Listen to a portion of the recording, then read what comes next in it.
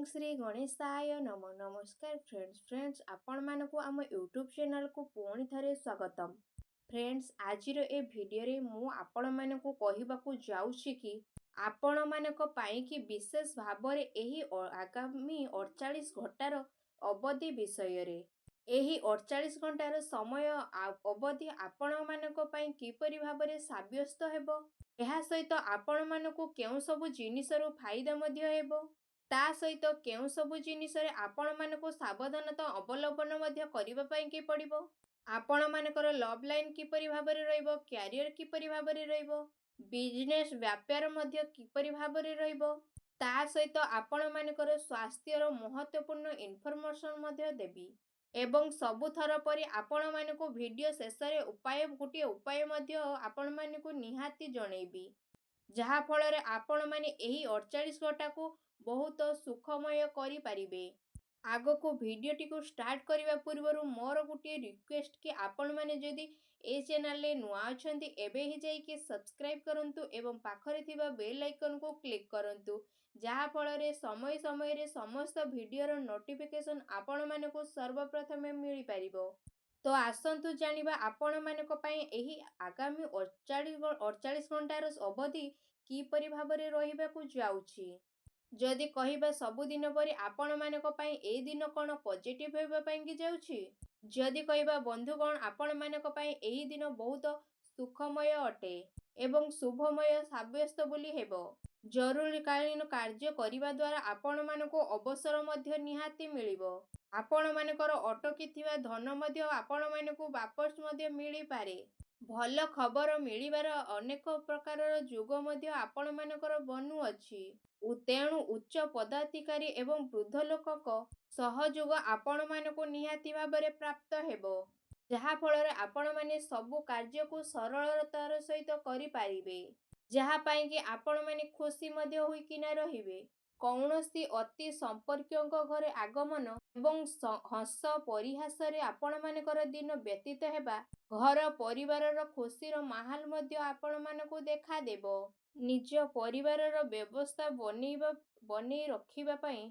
जहा नियम एवं कानून बना जाइछि किंबा कायदा बना जाइछि तो से सब आपण मानक पई तारीख मान हेबो जहा फल रे घरे अनुशासित आईन मध्य रहिबो एवं ता सहित पिला माने पाठ पढ़ा प्रति एकाग्र चित्त मध्य होई किना रहिबे आपण मानकर डेली लाइफ रु बाहरी किना किछि नुआ कार्य करिवा पई किना आपण माने चेष्टा करिवे जहा फल रे आपण मानकर शारीरिक एवं मानसिक थकापन मध्य कमी जीवो आउ नुआ उच्चार मध्य आपण मानकर मन रे देखिबे फील मध्य करि पारिबे जदि कहिबा आपण माने जदि ए क्षेत्र रे आपण माने बहुत महत्वपूर्ण कार्य करबा को चेष्टा करथिले तो से सब मध्य आपण मानकर ए दिन रे बहुत ही भल रहिबो जदि कहिबा आपण मानक पई ए दिन कौनसी सकारात्मक नेई कि आसीबो काहे कि ना जदि कहिबा आपण माने कौनसी कार्य करबा को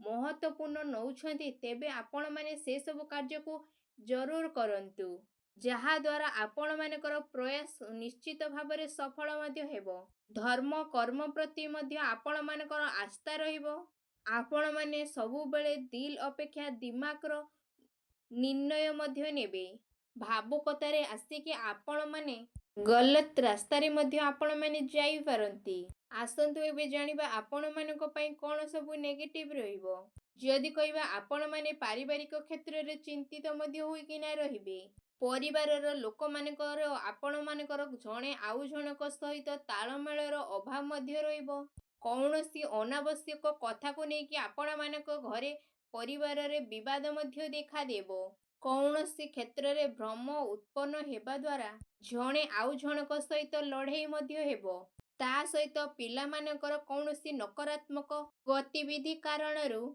आपण मानकु चिंता एवं क्रोध भली भावना आपण मानक मन रे उत्पन्न हेबो तो से सबु भूल को आपण माने ठीक करिबा पई कि विशेष भाबरे चेष्टा करंतु जहा फल रे आपण मानक स्थिति रे सुधार शीघ्र देखिबा पई कि मिलिबो ता सहित आपण माने काहा उपरे विश्वास करिबा पूर्वरु समस्त कार्य को प्रथमे तदारक करि नियंतु କାହିଁକି ନା ଆପଣମାନଙ୍କର ଏହି ସୁଯୋଗର ସବୁବେଳେ ଜଣେ ନା ଜଣେ କେହି ଥାଆନ୍ତି ଯେଉଁମାନେ କି ଆପଣମାନଙ୍କର ଫାଇଦା ମଧ୍ୟ ଉଠେଇ ପାରନ୍ତି।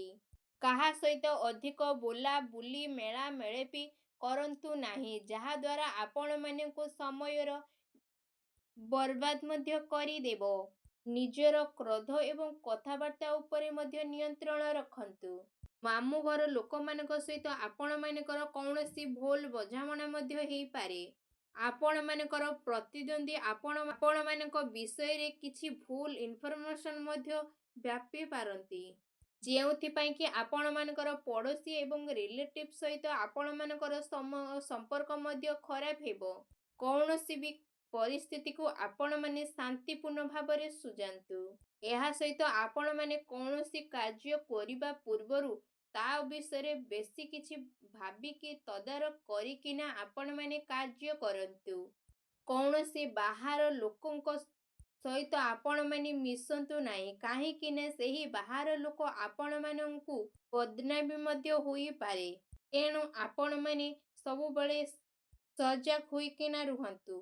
ଯଦି ଆମେ ଆପଣମାନଙ୍କର ଲଭ୍ ଲାଇନ୍ ବିଷୟରେ କହିବା, ଆପଣମାନଙ୍କର ଜୀବନ ସାଥୀ ଆପଣମାନଙ୍କୁ ସବୁ କ୍ଷେତ୍ରରେ ସହଯୋଗ କରିବେ। ଆଉ ଆପଣମାନଙ୍କର ସବୁ କଥାକୁ ମଧ୍ୟ ସେମାନେ ଶୁଣିବେ, ଯାହାଫଳରେ ଆପଣମାନଙ୍କର ସମ୍ପର୍କରେ ସକାରାତ୍ମକ ପରିବର୍ତ୍ତନ ମଧ୍ୟ ଦେଖିବା ପାଇଁକି ମିଳିବ। ଆଉ ଆପଣମାନଙ୍କର ପ୍ରେମ ଜୀବନରେ ଯେଉଁ ସବୁ ସମସ୍ୟା ଦେଖାଯାଉଥିଲା, ସେସବୁ ସମସ୍ୟା ମଧ୍ୟ ଆପେ ଆପେ ଦୂର ମଧ୍ୟ ହେଇଯିବ। ଆଉ ଜୀବନସାଥୀଙ୍କ ସହଯୋଗ ଆପଣମାନଙ୍କୁ ଆତ୍ମବଳ ଏବଂ ଆତ୍ମବିଶ୍ୱାସ ମଧ୍ୟ ପ୍ରଦାନ କରିବ। ଆକସ୍ମିକ ସମ୍ପର୍କରେ ଘନିଷ୍ଠତା ମଧ୍ୟ ଦେଖିବା ପାଇଁକି ମିଳିବ। ଆଉ ପ୍ରେମ ସମ୍ପର୍କରେ ଆପଣମାନଙ୍କର ଗମ୍ଭୀରତା ମଧ୍ୟ ଦେଖିବା ପାଇଁକି ମିଳିବ। କୌଣସି ପୁରୁଣା ମିତ୍ରମାନଙ୍କ ସହିତ ଦେଖାହେବା କାରଣରୁ ଆପଣମାନଙ୍କର ଯାତ୍ରା ସୁଖମୟ ମଧ୍ୟ ହେବ। ତା ସହିତ ଆପଣମାନଙ୍କର ପ୍ରେମ ଜୀବନ ପାଇଁ ଏ ସମୟ ବହୁତ ଭଲ ରହିବ। ଏ ଦିନ ଆପଣମାନଙ୍କୁ ଅବଶ୍ୟ ହିଁ ଲାଭ ଉଠେଇବାର ଅଛି। ଆସନ୍ତୁ ଏବେ ଜାଣିବା ଆପଣମାନଙ୍କର ବ୍ୟବସାୟ ଏବଂ କ୍ୟାରିୟର କିପରି ଭାବରେ ରହିବ। ଯଦି କହିବା କାର୍ଯ୍ୟ କ୍ଷେତ୍ରରେ ଆପଣମାନଙ୍କର ଅବଶ୍ୟ ହିଁ ହାତ ରହିଛି। କୌଣସି ଭୁଲ କାର୍ଯ୍ୟ ଦ୍ୱାରା ଆପଣମାନଙ୍କୁ ଆସୁଥିବା ଅର୍ଡର ମଧ୍ୟ ଆପଣମାନଙ୍କ ହାତରୁ ମଧ୍ୟ ଚାଲି ଯାଇପାରେ।